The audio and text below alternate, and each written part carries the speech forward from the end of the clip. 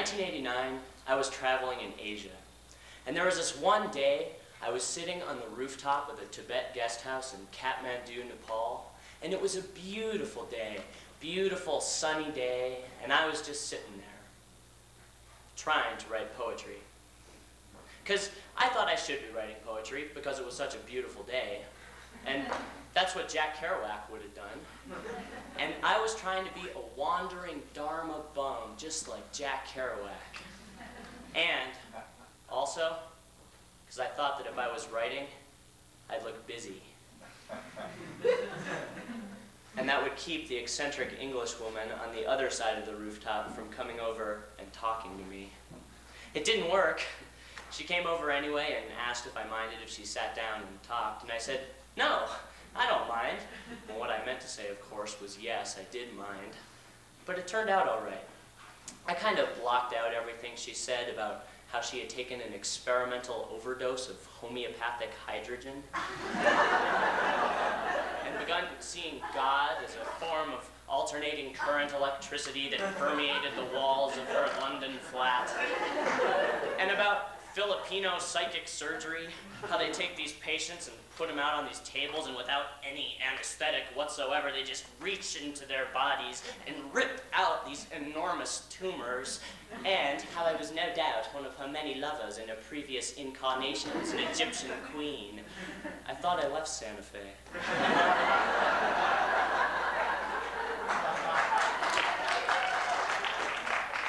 But then she went on to talk to me about Albert Einstein, and that was interesting.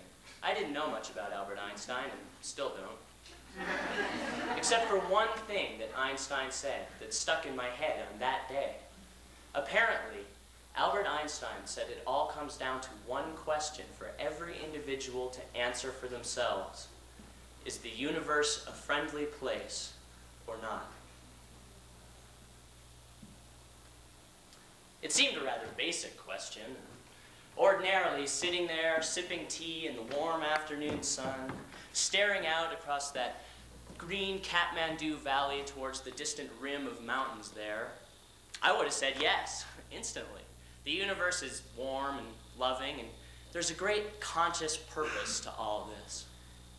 But sitting there, staring out across the green valley towards those mountains in the distance, I thought of the proximity of the country of Tibet, which is actually part of the People's Republic of China as of 1959.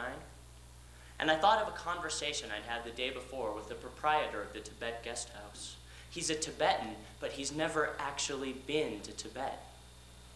And he holds a great dream of going there one day, but he's unsure of what he'll find because of the incredible atrocities committed by the Chinese government, of which I'd heard rumors, but never actual stories. So I asked him to continue. And he told me of his uncle, who spent 23 years in a Chinese prison. 23 years. Which sounds bad enough in and of itself, but there are other details, like how the Chinese would systematically ruin the digestive tracts of their inmates by force-feeding them huge quantities of rice and then starving them for 3 weeks. And then force-feeding them, and then starving them, and so on. So his uncle took to living off the bugs that thrived in the prison's latrine. Until he got found out and was moved to a cell so small he couldn't lie down for 2 years. 2 years. He was kept in total darkness for 2 years. And he said he had one thing on his mind the whole time: prayer. He prayed in total darkness for release, or painless execution, or anything, but nothing came. So, as I was sitting there, pondering the question of whether the universe is a friendly place or not, and the eccentric Englishwoman had now gone on to stories of walking alien beings who are helping the world along its next evolutionary step, I felt this strange rumbling in my small intestine. My first thought, and I've learned since to trust first thoughts, is that my initiation to Katmandu had arrived. They say that every tourist has to spend some of their time there hosting one or more species of microorganisms in their small intestine. It comes with the territory.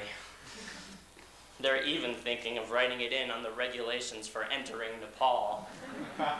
Every tourist has to experience the gastrointestinal Katmandu blues. Nonsense, I told myself. It's just your stomach making noise. You're probably just hungry. So I stood up.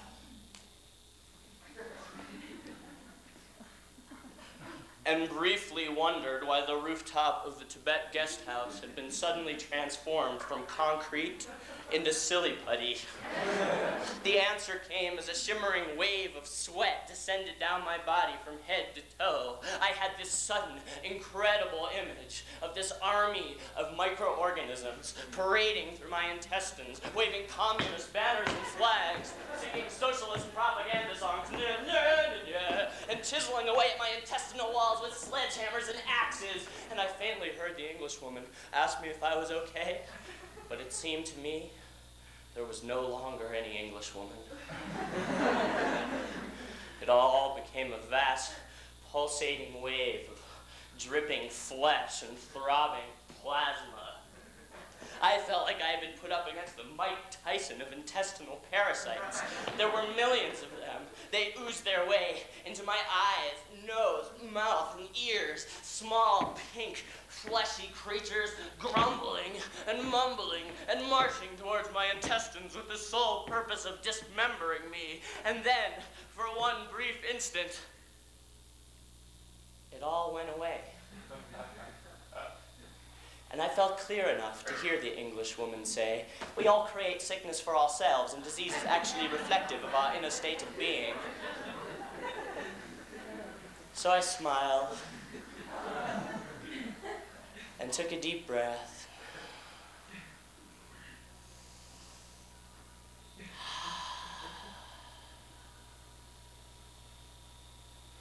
And suddenly realized I was gonna explode from both ends.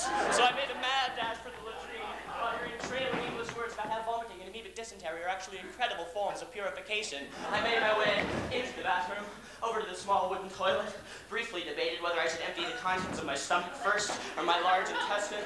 Then I realized they were both gonna empty themselves whenever they wanted. And I didn't have anything to say in the matter at all. So I tried to position myself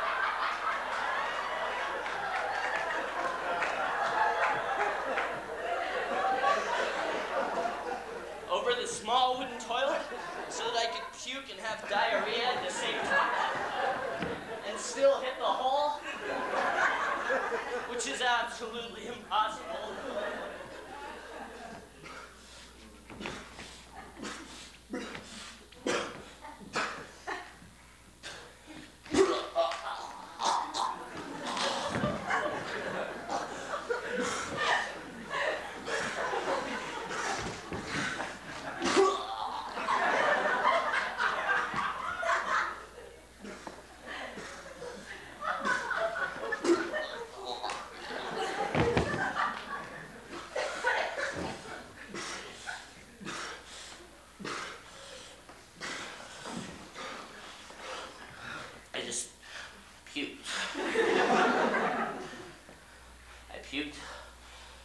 Until I felt like I had puked out my entire life so far.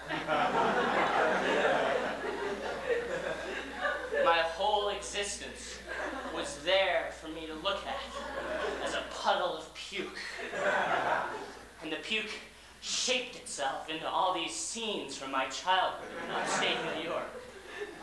And my adolescence in Santa Fe, New Mexico. And my puke formed itself into a gruesome image of Albert Einstein's face. And my puke spoke to me in Albert Einstein's voice. And it said, "There, what do you think now?"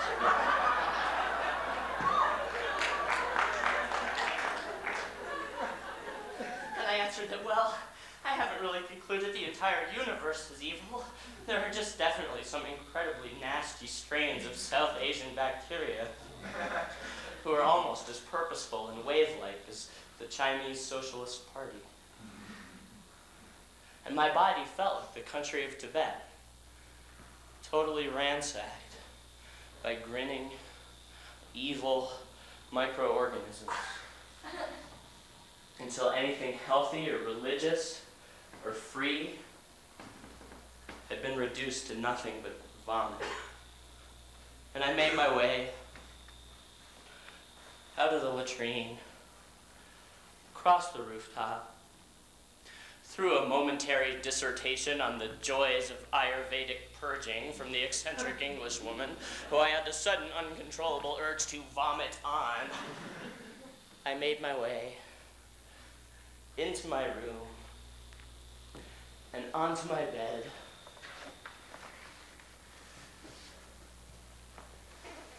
and thought of America and the incredible sterility of Western existence.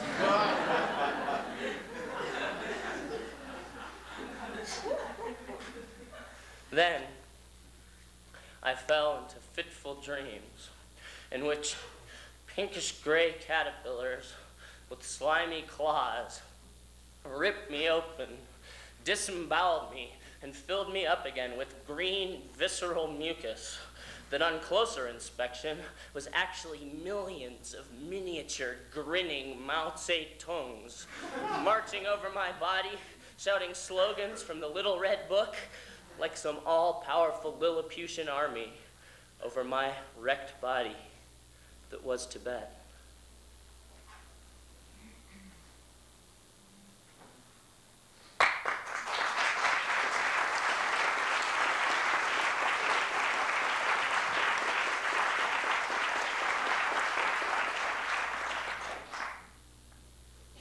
The sickness lasted a few days. It felt like much longer. I woke up the next morning to a fine drizzle of rain that didn't stop for a week. I was feeble from my night's dreams and my hours of ritualistic puking. So I was just lying there, watching the rain come down and remembering that the monsoon in Nepal can last weeks and weeks without ceasing. And in my sickness, the rain became like a deluge of warm, infectious drool. And Katmandu was a muddy sea, steadily undulating and wheezing, like a giant corpuscle of cholera or typhoid fever. And I was on my bed, sicker than sick, riding the contaminated waves of Asia, while watching a grotesque carnival of fleshy hallucinations play itself out on the ceiling. It was a very interesting couple of days. I was like a paralyzed observer. All I could do was watch. I spent hours on my bed, playing solitaire. Hours and hours and hours. In my mind, I often saw Einstein's face, staring up at me from that puddle of puke in the bathroom, saying, "What do you think now?" I didn't have any answers for him, so I just kind of sank back into my embryonic bed and allowed the memories and messages of life to appear in front of my eyes.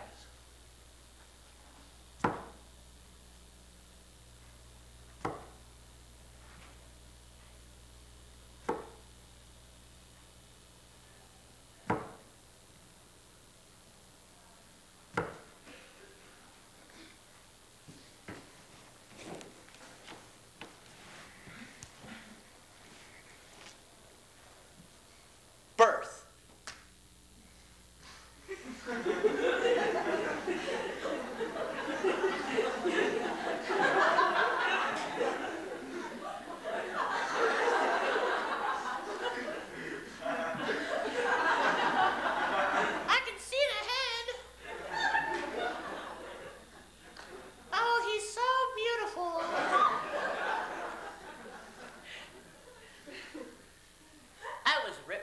mother's womb on a bright Sunday afternoon in August of 1970. It was one of those typically lovely American births.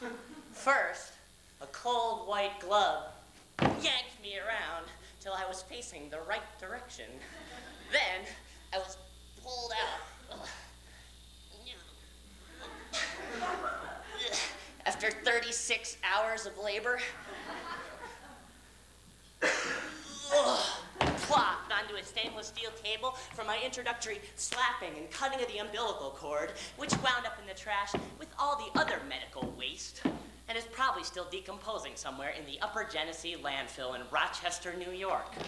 You know, I realized I don't even know the name of the guy who brought me into this place to begin with, but I remember his face. He was the one wearing the mask. Some mysterious Nazi death Lone Ranger figure who disappeared a moment after pulling me out into the world and reappeared a short time later to cut the tip of my genitals off with a scalpel. I'd like to meet him. Nice world you brought me into, Doc.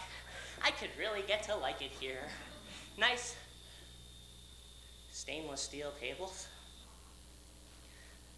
cold metallic probes, rectal thermometers, scalpels, needles. Oh, wait a minute, wait a minute. What's that? What's that? No, don't cut me there. Ah! Ah! No, don't. Ah!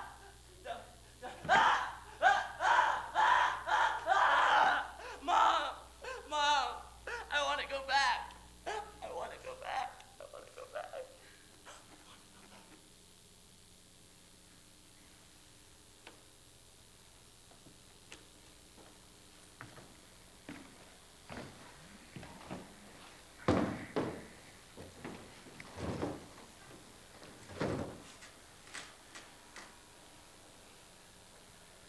But I couldn't go back. I couldn't crawl back into that womb. The door had closed, so to speak.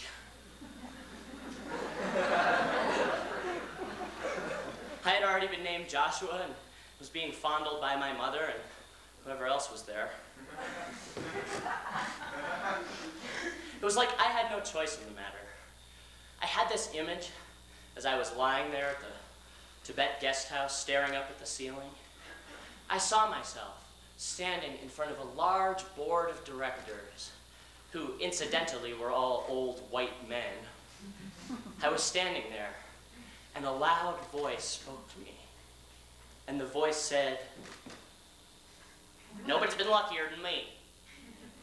I just want the chance to give back to America what America's given to me.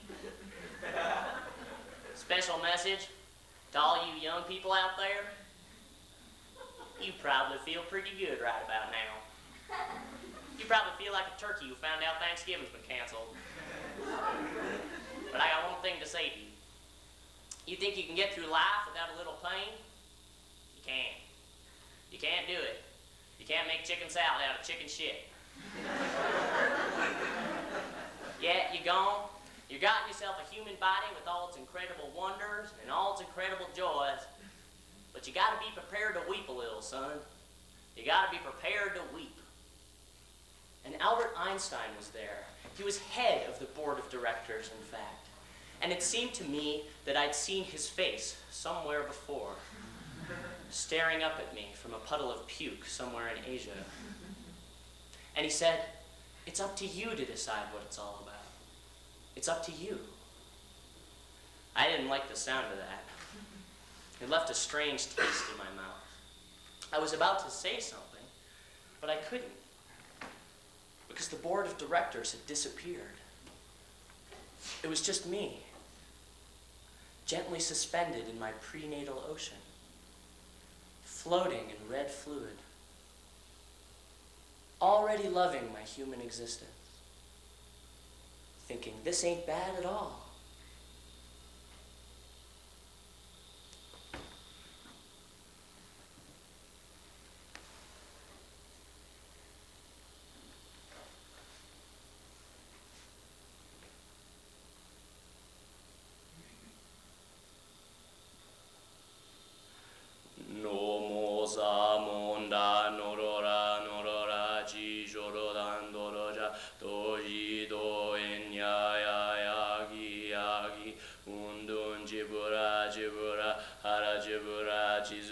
jizuza, jizuri, jizuri, soaja, zoaja, zenji, ya, shirie, suomo, ko.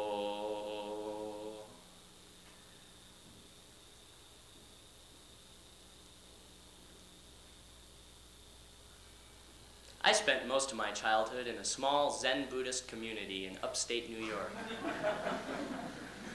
I was raised on brown rice and tofu and the sound of strange chanting in wooden halls. The overall experience left me feeling very blank.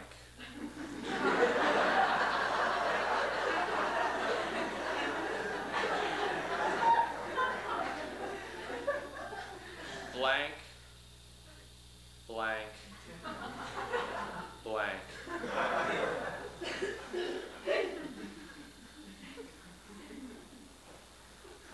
Buddha is the all-seeing, all-knowing, compassionate one. Buddha is the manifestation of absolute loving kindness and emptiness. He cares for you. You are a link in his golden chain of love. We all care. We are all loving, compassionate, twisted beings, caught in the violent cycle of suffering. Life is suffering. Existence is just one big incestuous pit of suffering. But with a lot of hard work, I can overcome all that.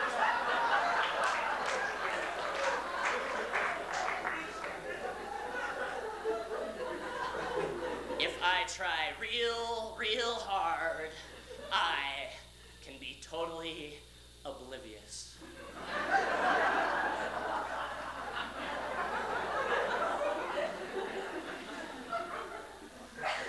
So I walk down the wooden halls and light sticks of Japanese incense to all the beings who have gone before and achieved this golden, beautiful Buddhahood. And the people in the community sit on cushions and stare at blank walls. Blank. Blank. Blank. The people in the community stare at blank walls and get hit with sticks and are told, "Don't move! No moving! Don't move! No moving!" They get hit with sticks and are told not to move by loving, compassionate elders who have somehow advanced to the level of being able to move and hit people with sticks with absolute love and compassion.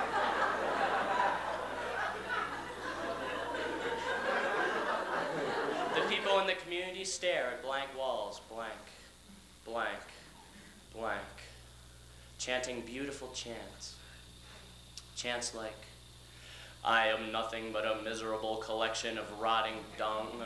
I am pure shit and I don't get to be shit for more than the blink of an eye anyway. I am a collapsing heap of oily flesh, hideous impure flesh. Hit me again, hit me again, hit me again, hit me again, hit me again, hit me again, hit me again, hit me again, hit me again. I am a worthless bag of blood and pus who has been fortunate enough to be born a worthless bag of blood and pus, so that I might recognize that I am a worthless bag of blood and pus, and then chant about how wonderful it is that I have recognized that I am a worthless bag of blood and pus. The body is nothing. It dies, it fades, it rots and cracks, so I'll even enjoy it while I have it. I'm better off staring at blank walls. Blank, blank, blank, blank, blank. The great way is not difficult for those who do not pick and choose. The great way is not difficult for those who have no preferences.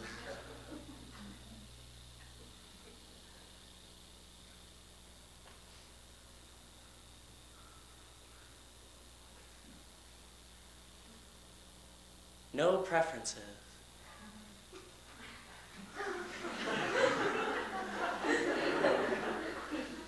No preferences.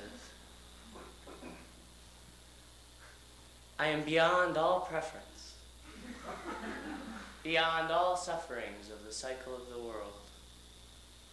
In fact, I really don't care at all. Go ahead, take my possessions. Pound my fucking skull in with a baseball bat, pal. It's all the same to me.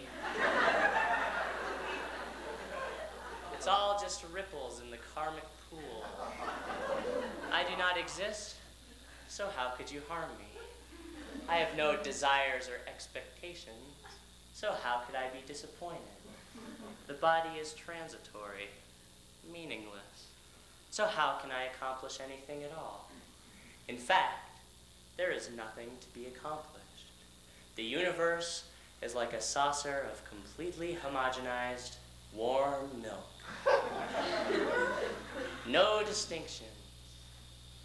No distinction.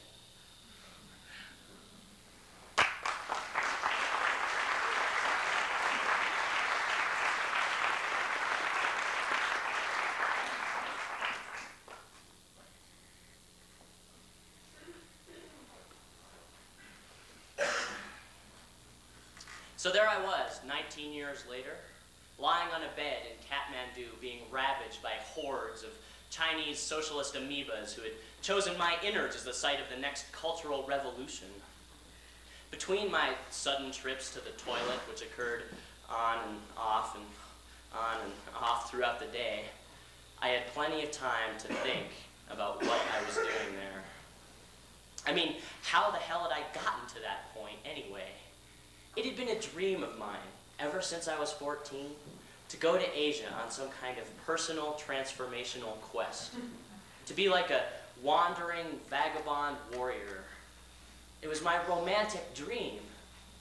And I must admit, I'd never envisioned myself puking all day long in a dingy toilet stall in Katmandu. But still, I had created it for myself, right? So I figured that I better find some answers while I was there. I mean, I was paying a lot of money to be over there in Asia. So the least I could do was find some answers to the spiritual questions that were always bombarding my head. So I went on a philosophical binge there in Katmandu. I somehow managed to drag myself out of the Tibet guest house into the muddy sea of Katmandu to a bookstore on a street that was affectionately known as Shit Alley, for reasons that Westerners who have traveled in Asia can probably imagine. I somehow managed to drag myself out to this bookstore without having a single rectal explosion. And in the bookstore, I found copies of any philosophy book I could possibly want. Nietzsche, the Holy Bible, the Bhagavad Gita, everything. I decided that if I was going to be sick there in Katmandu, there was going to be a meaningful purpose to the fact that I was sick. I was going to, if not discover what it's all about, at least discover what other people think it's all about. Maybe I could even discover if the universe is friendly or not. Well, the first book I opened was one of the many Buddhist books that I picked up. I probably opened that one first because I was raised in a Buddhist family and all, and it was the most familiar to me. But anyway, I opened this book and encountered for the 100th time the first universal law of Buddhism. Life is suffering. Oh. Well, that seemed to answer Albert's question right there. I checked out Hinduism. Every thought of I, every thought of the body is by nature impure. That didn't do it for me either. Then I turned to the Holy Bible, where I happened upon a lovely description of how a woman is unclean for 1 week when she has a boy child, but 2 weeks when she has a girl child. And she has to repent for 66 days, after which time she must slaughter a goat on the altar of the Lord, but if no goat can be found, 2 turtles will do.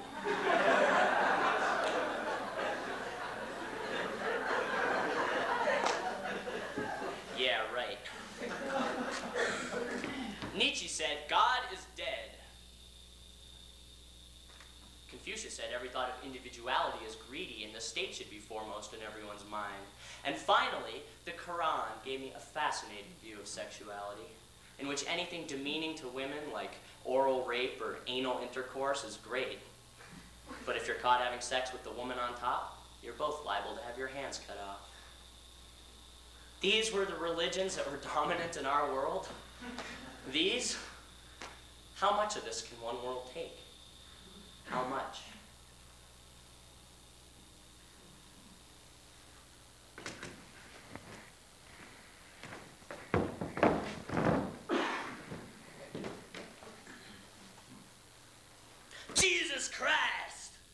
bleeding hands, and the bleeding head, and the bleeding heart, and the bleeding feet, and the bleeding rib cage. I said Jesus Christ was one bloody son of a... Well, actually, I'm looking for a more feminine-oriented religion. Hell! Christianity's as feminine as they come. Hail Mary, full of grace, the Lord is with you. Hail our lovely lady of the perpetually bleeding, spotless immaculation. Our Lady of the Moose Society for a safer white America. Our Lady of the Anal Retentive Aryans. Our lovely Lady of the National Rifle Association. To protect and serve, in God we trust. All hail the coming of the polyester army. They wear horn-rimmed glasses and really ugly ties. And the Lord came down.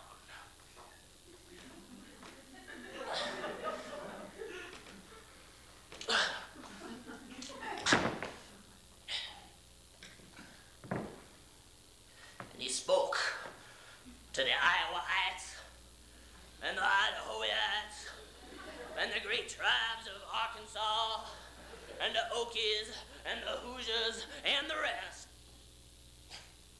Their numbers being uncounted millions, saying, Go ye forth now upon the great plain, and wear ye your horn-rimmed glasses and golfing slacks, and eat ye your spare ribs and corn on the cob, and multiply in my name. Multiply like the seething bacteria you are. Yea, it is thy very nature. And do what you want to the earth. Feast upon her, for she is yours to do what you will. Take her and rape her and fence her in and pump it into the air, vast quantities of chlorofluorocarbons, and do not stop until the last one of you be dead, dead, dead.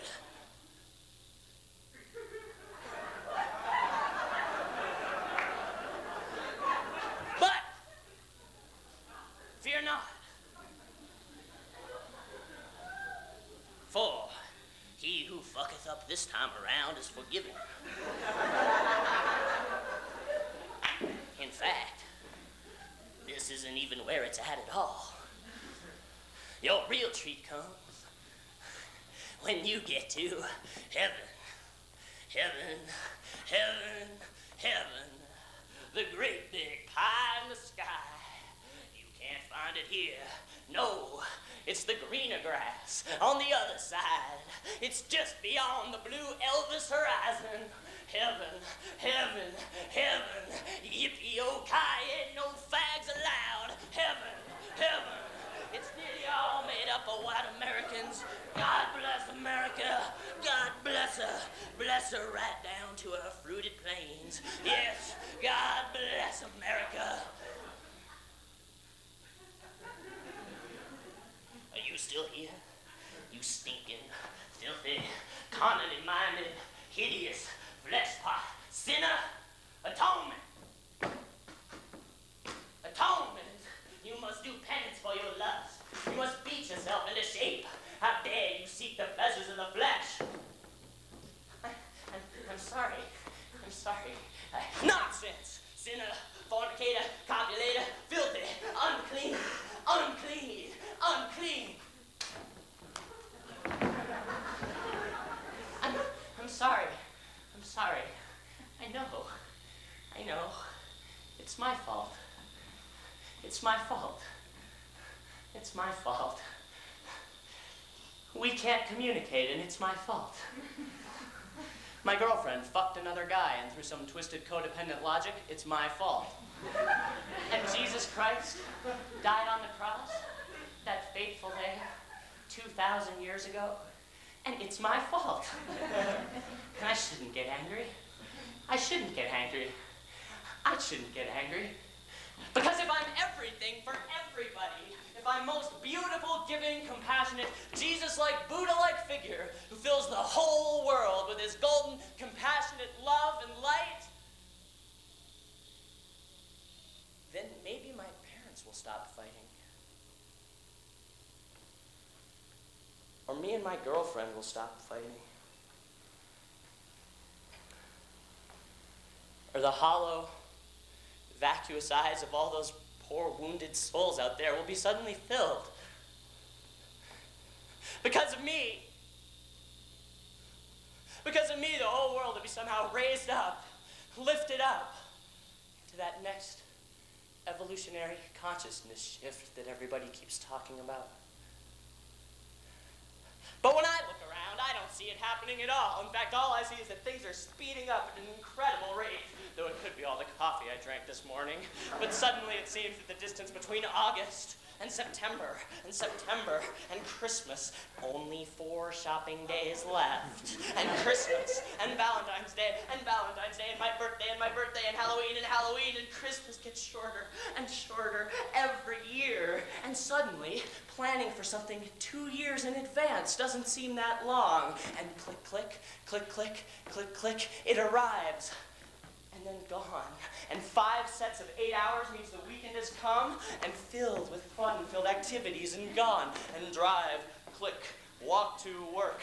Drive, click, walk to work. There is some purpose I cannot see. And money everywhere, but not a drop for me. Consume, excrete, consume, excrete, consume, excrete, consume, consume, excrete, acceleration. It's all speeding up like the ascending whirl of a giant espresso machine. And we're all squeezed through and squirted out like warm milk. And drive, click, walk to work. Drive, click, walk to work. Drive, click, walk to work. And come, fuck, come, fuck, come, fuck, come, fuck, come, fuck, come. Consume, excrete, consume, excrete, consume, excrete, consume, excrete, die.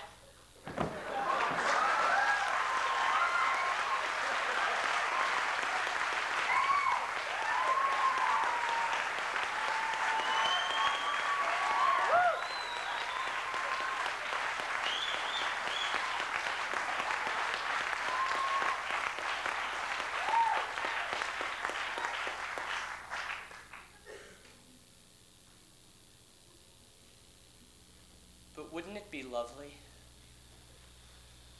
Wouldn't it be grand if you could just shout stop? In your louder than thunder voice,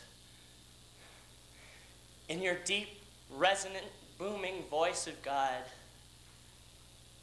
you could just shout stop. And it all would. The whole loud, obscene world, with its factories and car horns, would just come to a sudden grinding halt. All the cars, blinkers flashing, drivers gripping the wheel, caught in mid-yell.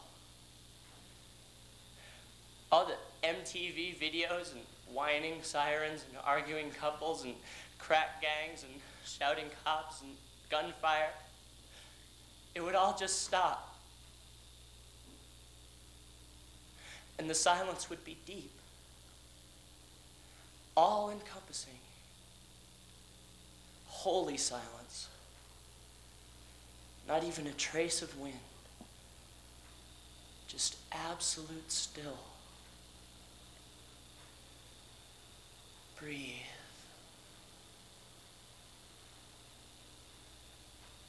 Breathe.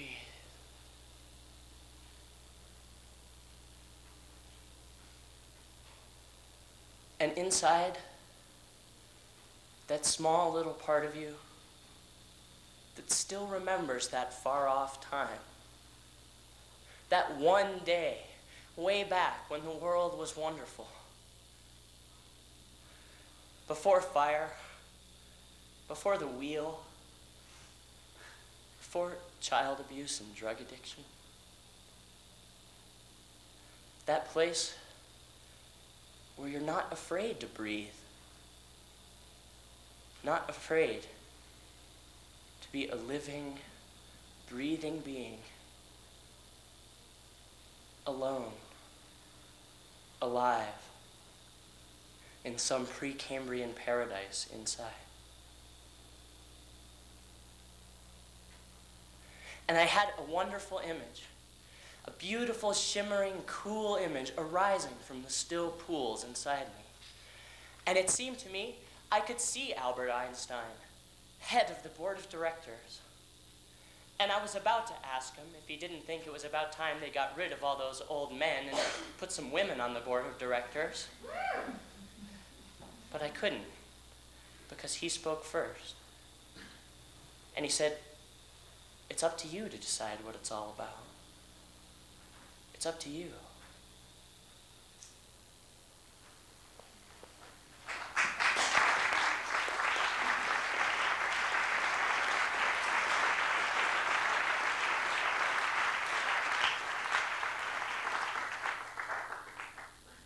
So here we are, Americans.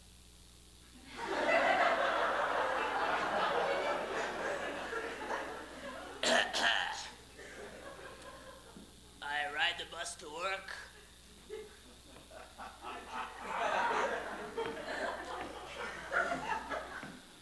And I walk inside the door. And I sit down at my desk.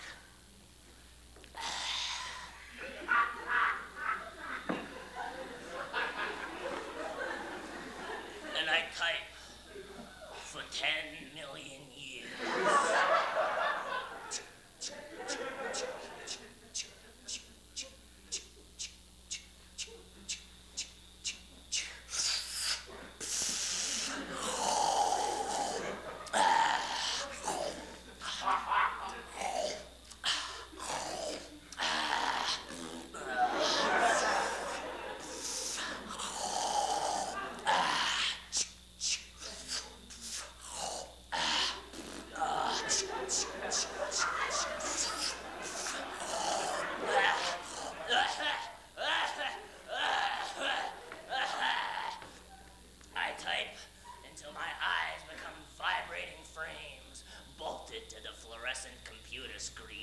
Which splits my head open with incessant spirals of red and white throbbing electricity. And all the sludge from the bottom of the coffee cups gathers till it's a thick black glue covering me from head to toe. And the humming bath of fluorescence makes me sick and hunched and baggy-eyed. And I no longer look like a beautiful creation of the blue earth goddess.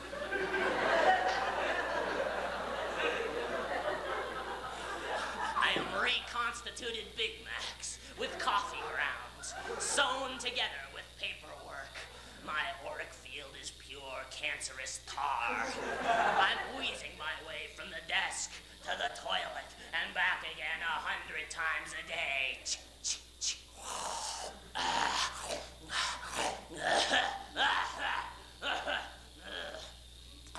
My tongue is the color of Pepto-Bismol. My head is full of mercury amalgams. I am constantly absorbing heavy toxic vapor. The electric transformer in my backyard is giving me strange green mutations all over. I stagger to the bathroom counter where an incredible multicolored array awaits me. Tylenol Plus, Advil, Coadvil, Contrax, Demerol, Madol, Kaopeptide, Pepto-Bismol, NyQuil, Nuprin, Sudafed, Actifed, Formula 40, Bayer, Bufferin, Codeine, Alka-Seltzer, anything I could possibly want, Halcyon, Prozac, so I take one of each.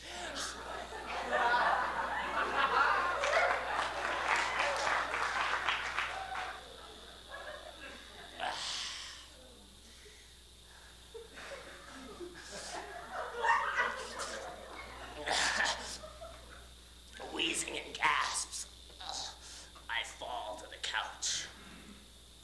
Barely manage to lift the remote control. And I watch TV all night. Because I'm an American.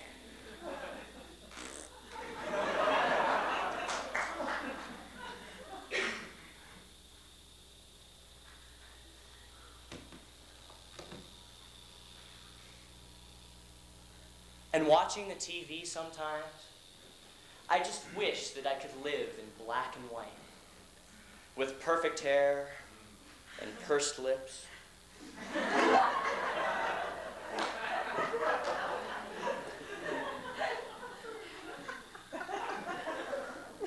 I would live the 501 blues ad life. Just suddenly appearing to flashes of music as I eternally dance down the city streets. Me and my friends, everyone looking so denim and styling and free. And it would never die. The commercial would last forever.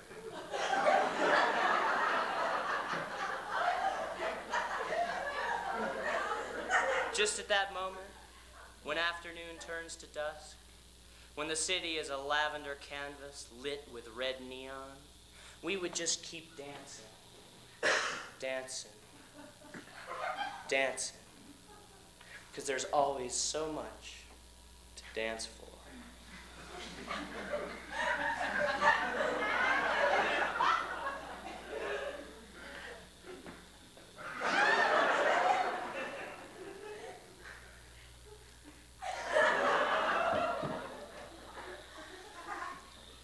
When I grow up, I like to be a doctor, or a lawyer, or president, or a soldier, or an airline pilot, or a fireman. When I grow up, I want to be remembered. Jobs wanted: grocery bagger, busboy, prep cook in a Chinese restaurant. I want to live. I want to shine and burn forever in the minds of all the people I meet. Garbage man, sanitary engineer, taxi driver, hotel clerk. I want to change the world. I'm going to change the whole world. Homeless. Homeless on the streets. In a cardboard box.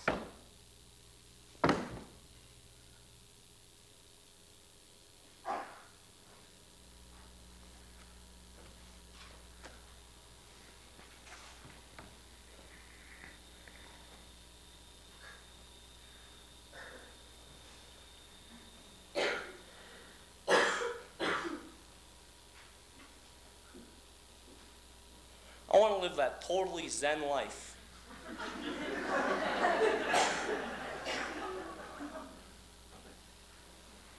Completely content to be a burger flipper boy. Because, to my advanced, enlightened being, the act of flipping burgers is so endlessly fascinating.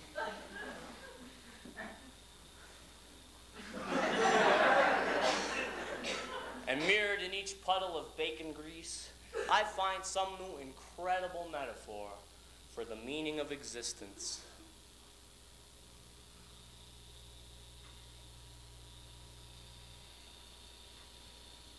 I want to live, man.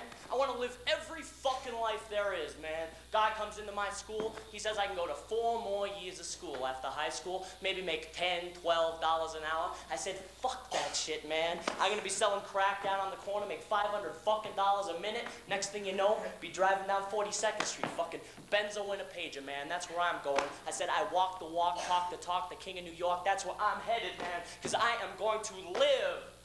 Let's see. That'll be $12.69 with tax. Out of 50. Here's your change. Thanks for shopping at Circle K. I want to live, man. I want to live every fucking life there is, man. Burgers, homeless in a box, sirens, cops. I want to live. Hey, can I get you some mustard for that? Yeah, hold on a sec.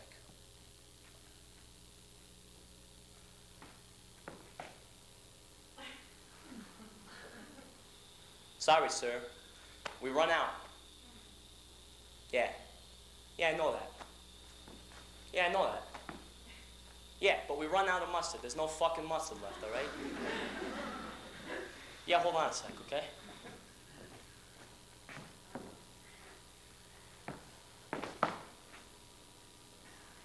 See, I told you, man, we fucking run out of mustard, all right? Yeah, there's no fucking mustard left. Look, it's hot, the customers are getting angry, there are these long lines, there is no fucking mustard left. Yeah, I know that, but what do you want me to do, huh? What do you want me to do? There is no fucking mustard left. There is no mustard left. Sometimes I wish I had enough mustard for all the burgers, but I don't. There is no fucking mustard left, okay? Yeah, I know that. There is no fucking mustard left, man. There is no fucking mustard left. Ah! I have no motherfucking mustard for your fucking burger, man. May I help you?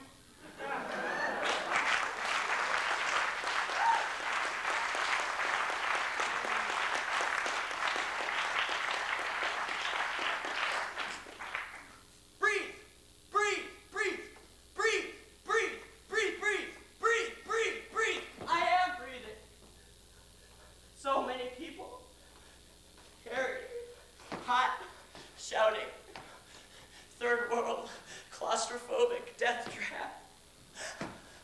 I am breathing. Breathe! I am breathing. Fucking, bumping, shagging, screwing, hopping, humping, fucking coming. I am breathing. Breathe! I am breathing.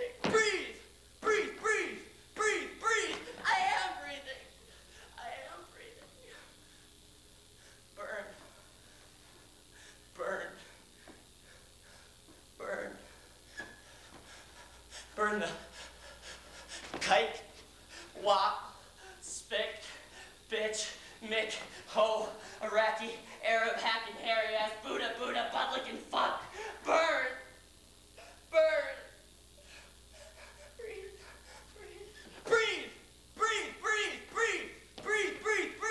I am breathing.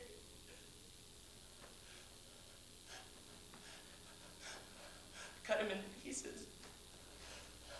Cut him into so many pieces his wife can't even recognize him. Screw his wife up the fucking ass and pound his kids' skulls in with baseball bats. Fucking come as a little boy runs screaming past his impaled father.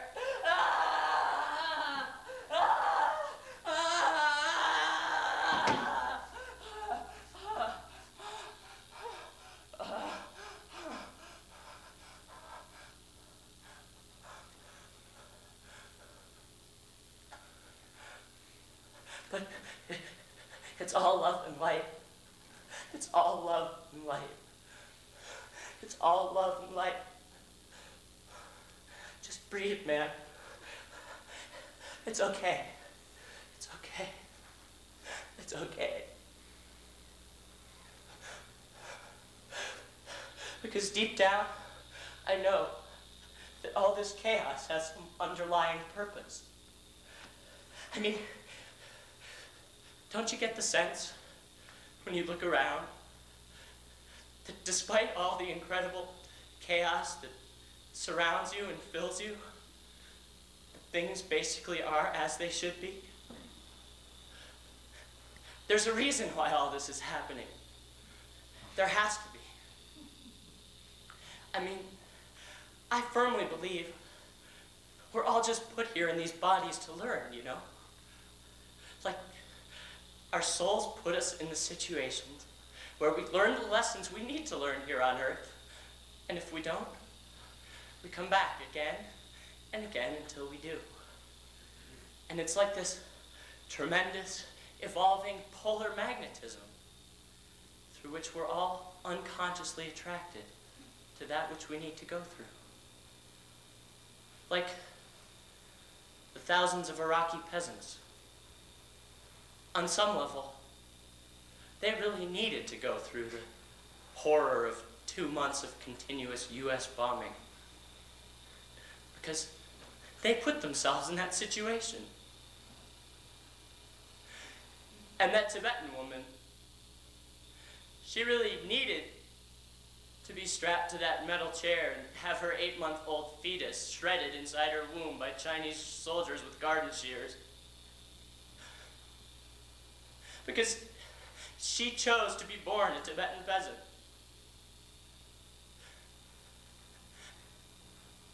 And I'm an American. And all the suffering for those poor, wounded souls out there is just flickering images on the screen of my TV. Because somehow, in the great spinning roulette wheel up in the sky, my number came up win. And all those Iraqis and Tibetans came up 0. Zilch. Nothing.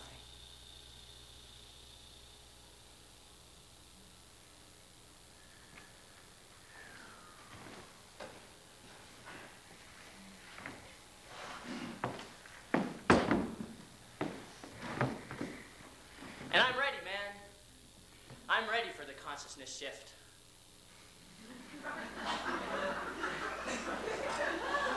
I've said my mantras. I've cleaned my colon. I got Mary's message. I'm hip to 1111. I've been abducted 37 times and received the high Arcturian enema.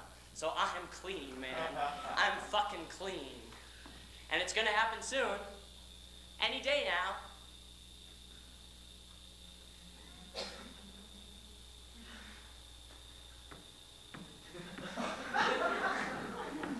Any day now.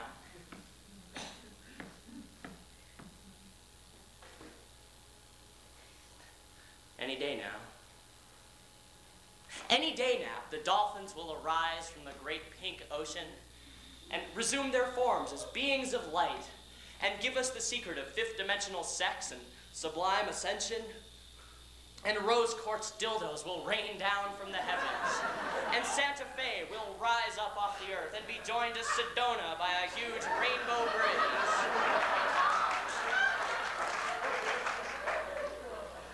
And we'll all communicate with crystals. And the Akashic records will always be playing on the great big jukebox up in the sky. And we won't have to eat. No, we'll just drink amethyst syrup. Because we'll have bodies of pure rainbow light, not this rotting pus bag. We'll just abandon these hideous shells and float upwards like intergalactic surfers riding waves of pink champagne. Up, up, up. No pain, just breath. But I'm not really ready. Not yet. My second chakra's still pretty clogged from all that masturbation I did when I was younger.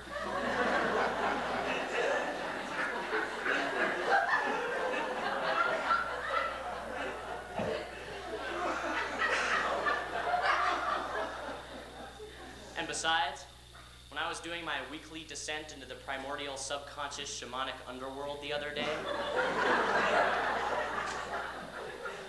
I had this strange, terrible vision. It was nighttime, and I had my little cassette player out, and I was listening to Michael Harner's Drumming for the Shamanic Journey and trying to visualize some opening I could use to access the shamanic underworld, like a cave or a spring or something. Except all I kept visualizing were these enormous vaginas. And somehow, it didn't seem appropriate to me to enter the spirit world through a big vagina.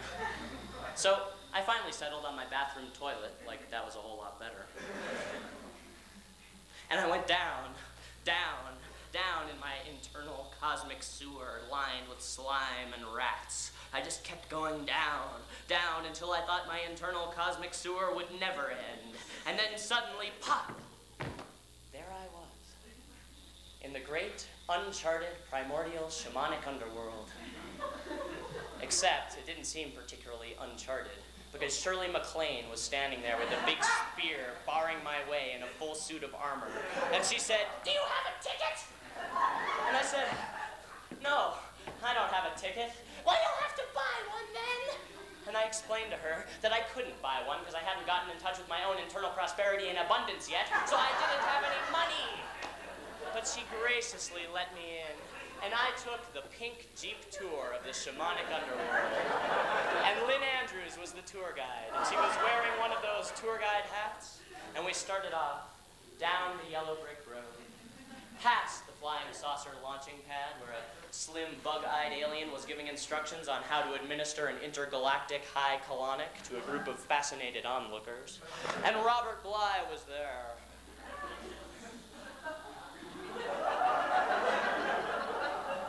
With a group of men.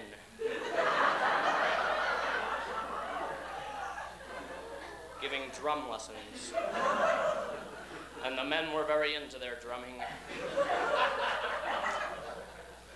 And they were shouting things at the new Wiccan feminists who had opened a head-shaved, tattoo-piercing beauty parlor just across the road.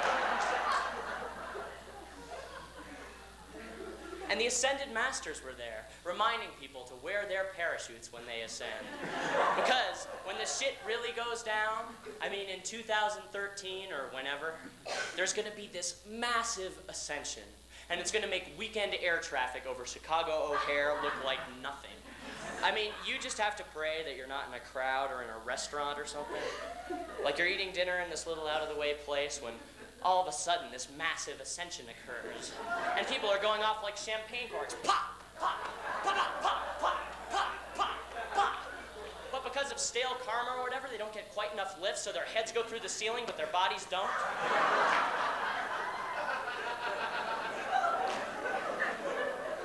So there's all these semi-ascended masters hanging there from the ceiling in this little out-of-the-way restaurant.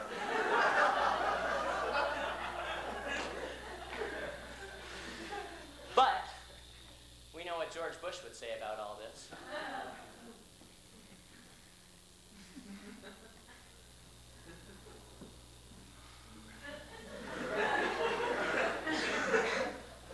If winged frogs were meant to see a little rain in Argentina, they wouldn't throw up on New Hampshire, where it rains a little harder than in Japan.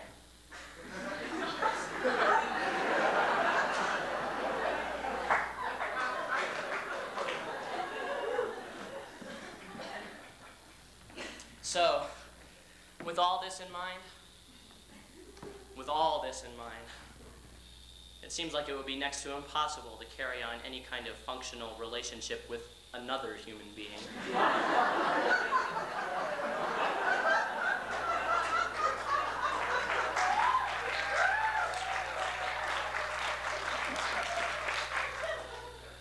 I mean, I have my own toxic sludge and 2,000 years of repressive dogma to deal with. How could I deal with someone else's, too? But I try. We all try. Over and over again. Because with no religion to cling to, or no form of cultural ritual to express ourselves with, sex is the big thing in America today. I mean, it's always been a big thing, otherwise we wouldn't be here. But in addition to being fun and procreative and all that, sex also has to fill the role of being one of the only, often the only, tribal activities in modern America. So there's a lot of tension surrounding the Sex Act, because all of a sudden, people who have been comfortably dwelling in the region from the neck up for God knows how long, suddenly have to deal with their bodies. Yes, their bodies. Those tumultuous seas of raw emotion. The black abyss, the American body. Like a late-night horror show that you can't turn off. Just when you thought you were safely mental and sufficiently pumped with pharmaceuticals to forget that thing down there, all of a sudden, you have to have sex and are expected to perform with this thing that you've practically drowned in coffee and Valium. And is it really worth it? Is it really worth it? An hour of heavy breathing and sweat and orgasm, and it's over. And you're lying in bed, totally exhausted, but unable to fall asleep because your mind has to take the next 2 hours to analyze what you've just been doing. In bed, totally hungry and thirsty.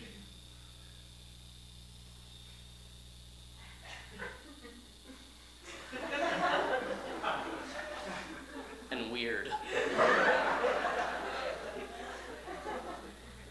Don't you years. You wake up the next morning and think, oh my God, what do I say to this woman? She probably hates me. Of course I don't hate you, you idiot. I just spent the entire night with you rolling around naked in bed. How could I possibly hate you? Now go on, say something to her. But a wave of oatmeal fills your mouth.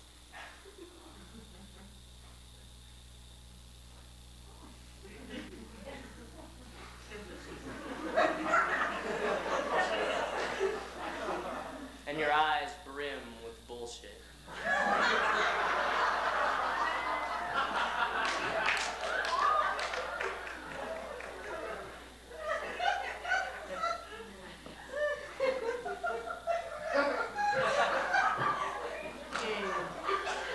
That was so good last night. And you make a mad dash for the shower and think, shit. What do I say to this woman? What do I say? Do I say, I love you? No, that's too legally binding. Do I say, well, that was great, let's get together again soon? Or why do I need to say anything at all? I mean, why is it my mind is forced to analyze anything irrational or weird that I might do? So I just spent the entire night rolling around naked in bed, exchanging bodily fluids with another human being in a strange, sweaty, athletic ritual during which all my normal, reasonable cares and concerns were discarded. Why should I find the need to analyze that? But I do, of course. I think, well, should we be doing this all the time or what?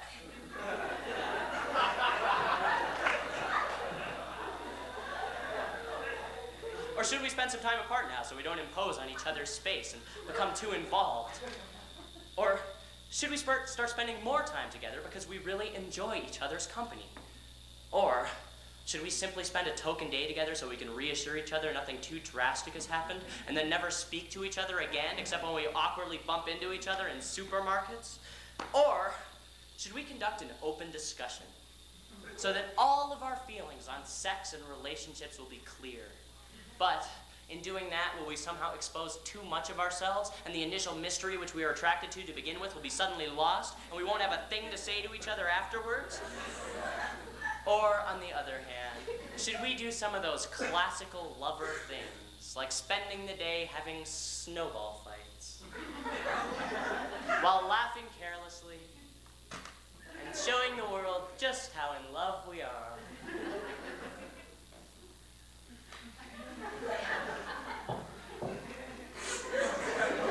And ending the day with ice cream, which we eat sloppily, but we don't care, because we're happy to lick the runnings off each other's chins. Too bad I don't have one of those fields of flowers to roll through and play She Loves Me Not, though I suppose nobody ever really does things like that. Or supposing everybody does. Supposing everyone on Earth has a perfect relationship except me. Those fields are probably overflowing with young lovers who have perfect hair and perfect teeth, and they never have to go through those incredibly awkward moments, like when you're trying to undress somebody and their clothes get stuck halfway, so you start pulling really, really hard. And it all seems very unromantic and desperate all of a sudden.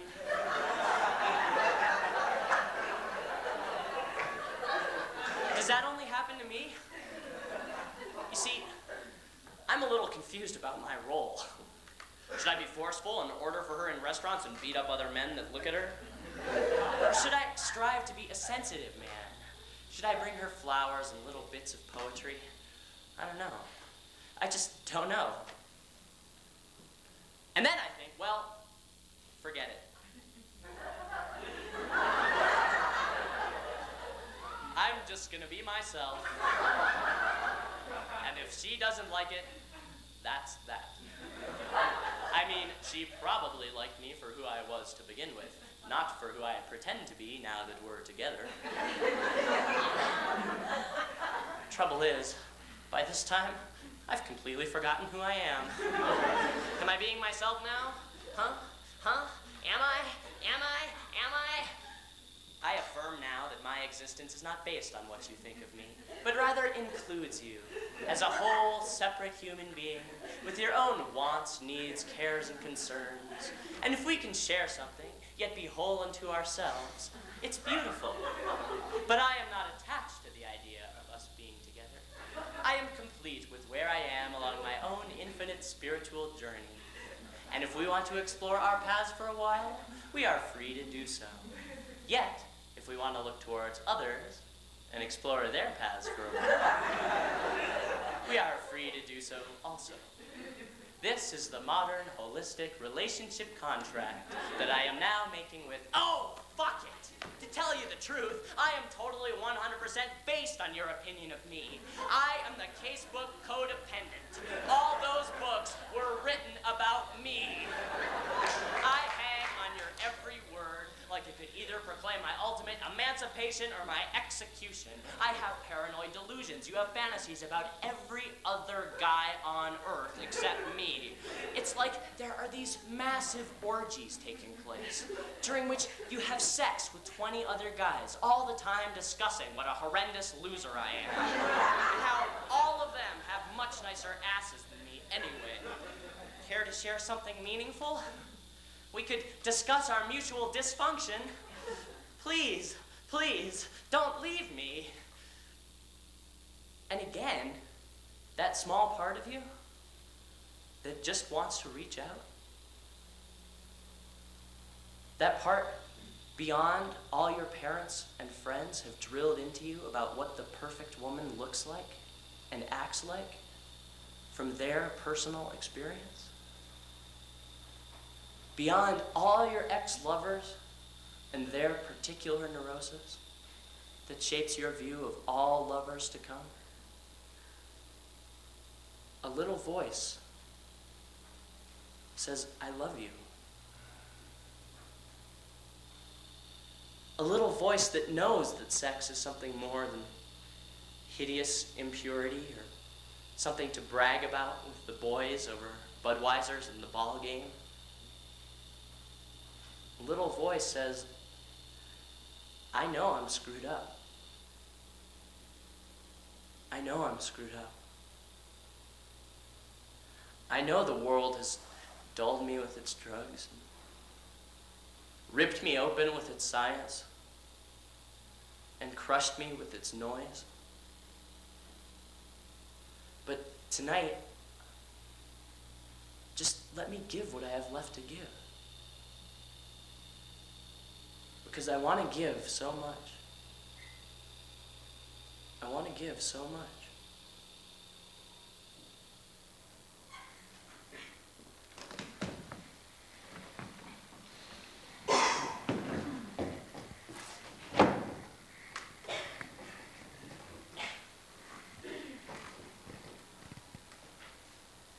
I got better. I mean, I kicked the gastrointestinal Katmandu blues. And the first thing I did was to get out of that room. The weather had cleared, but all my thoughts were still condensed in there like stagnant vapor that I'd choke on if I stayed in there any longer. So I decided to go for a walk.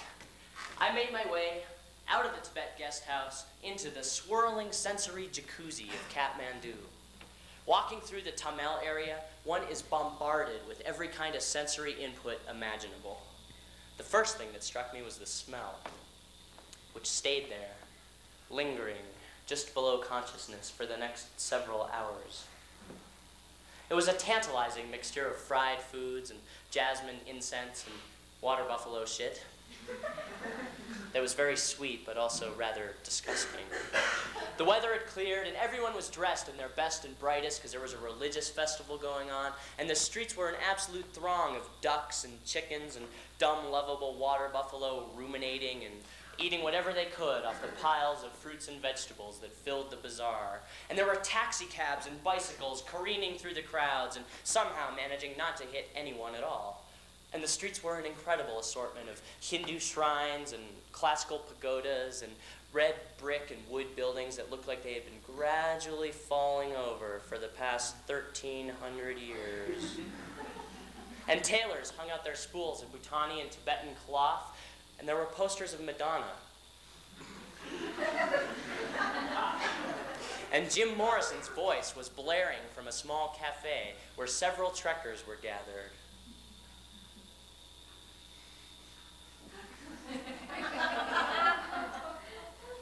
And looked dimly out on the world.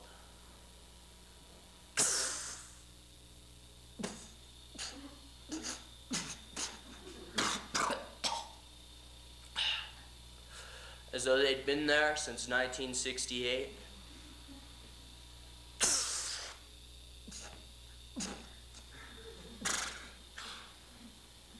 And smoked so much Nepali hash that 20 years in Nepal had just gone by.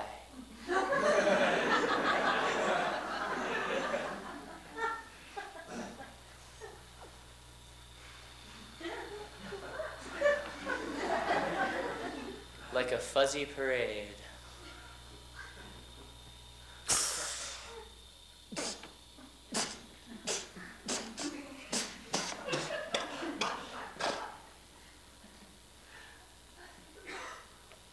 Hello, my name is Amir, and I want to tell you about a festival we have every year in Nepal.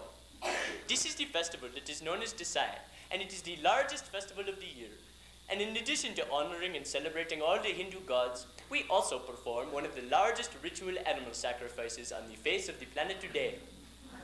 And the day that this young man decided to go for a walk in the Dubari Square in Katmandu happened to be a day that in the Dubari Square in Katmandu, 108 water buffalo are led into a circle, where a very large Nepali man takes an even larger sword, and without even changing the expression on his face, he chops their head off with one stroke.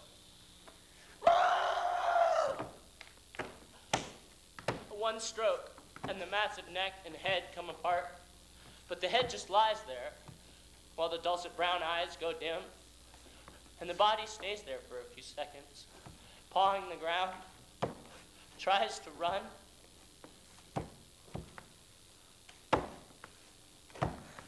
and finally collapses like a defeated headless monolith.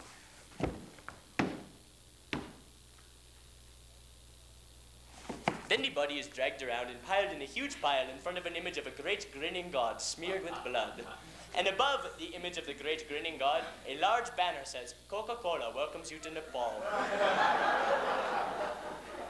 Because after a long, hard day of slaughtering animals on the altar of a great grinning god, there is nothing like a cold Coca-Cola to refresh you.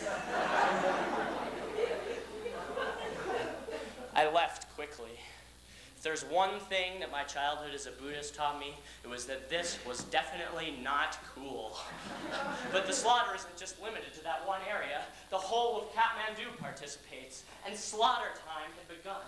I looked down just in time to see a literal wave of blood go rushing through the gutters. I looked up, and as far as I could see, in every direction were ducks, chickens, geese, water buffalo being systematically destroyed. And because this was the famous vehicle day of the Dasai festival, all the blood from the freshly slaughtered animals was being sprayed on bicycles and taxi cabs and trucks, along with offerings of incense and marigolds in order to avoid accidents for the upcoming year. And because it's bad luck to wash the vehicle after this, I couldn't get a cab for weeks that didn't have blood all over the windshield. I mean, this was no Catholic wine. This was stinking hot animal blood. Where was I? Strange, dissonant bells were ringing, and the gods and goddesses were laughing as they were smeared with chicken guts, and the blood filled the streets of Katmandu, covered the entire earth in a hot, violent wave. I tried to sit down and breathe and sort out what was happening, but I found it all very confusing. And as I was sitting there, a man came over to me, his hands still dripping with hot, sweet-smelling goose blood, came over to me, and grinning a brown and yellow grin,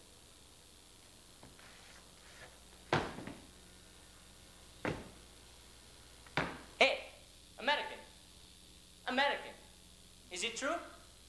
American girls, they like to fuck all the time?"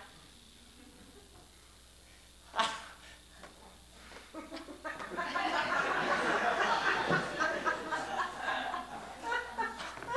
don't understand. I don't understand. I give up. I give up. I give up. The universe is not a friendly place, okay? It is not a friendly place. It's blood, and it's flies, and it's cold, callous laughter. It's just shit, okay? It's just shit. I give up. I give up. Help me! Help me!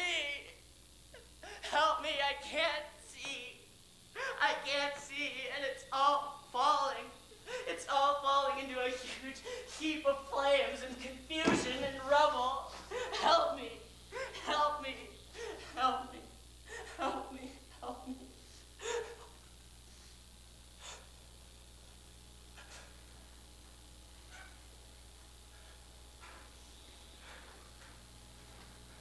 And out of the rubble,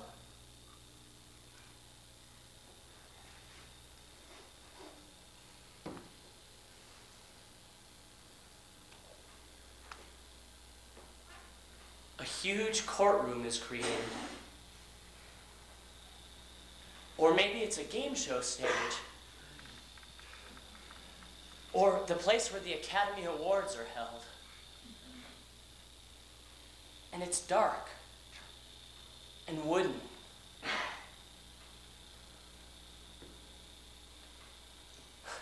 And Albert Einstein is there. And the beautiful Earth goddess, Inanna. And Martin Luther King is there. And Chairman Mao is there. And there's an incredible array of Bengal tigers, and soaring birds, and cascading waterfalls, and Adolf Hitler, and machine guns and steamrollers, and beautiful herds of gazelles, and Idi Amin, and Leviticus, and all the charred corpses of 9 million women burnt at the stake, and the stinking ash pits of Hiroshima and Nagasaki, and all my ex-girlfriends are there, and all my relatives, and my whole life so far, just like a sickening swirl. And a rain of bombs is falling and bursting into beautiful daffodils. And the whole place is just resounding with absolute, terrible, dissonant confusion. Confusion, confusion, confusion. And in the place where the judge would sit, or the game show host, or whatever, is Bill Moyers. And he's wearing one of those white English wigs. And he has a gavel. And he's trying to bring the place to order by funneling the beautiful herds of gazelles and Martin Luther King and the Earth Goddess to this side of the room, while pushing Adolf Hitler and Idi Amin and the CIA to this side of the room. But he can't, because they're all mixing together in this mash of good and evil and good and evil and good and evil. It's up to you. It's up to you. It's up to you. And I'm asked by Bill Moyers to come up and take the oath, and he asked me what's wrong. And I say,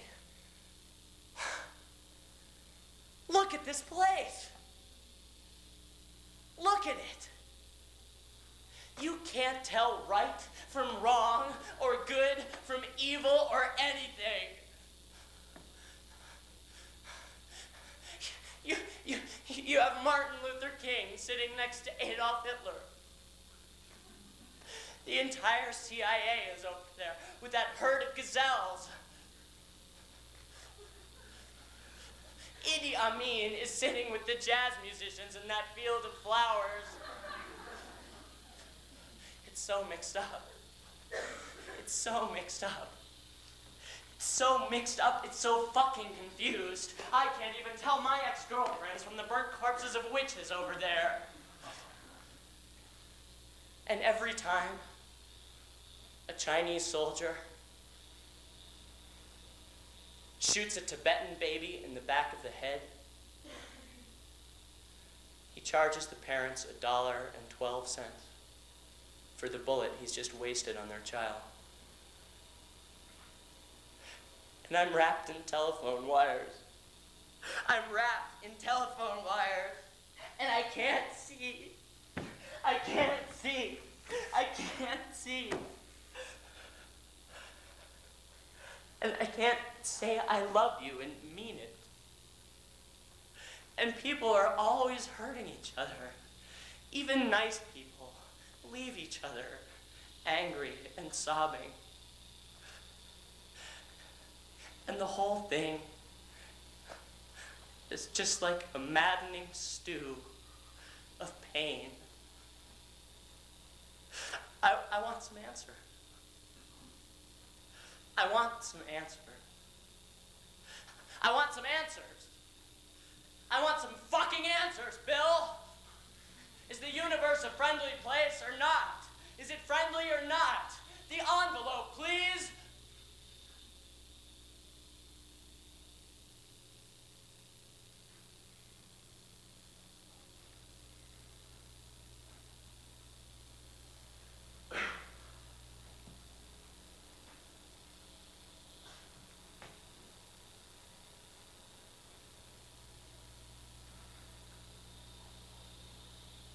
It's up to you.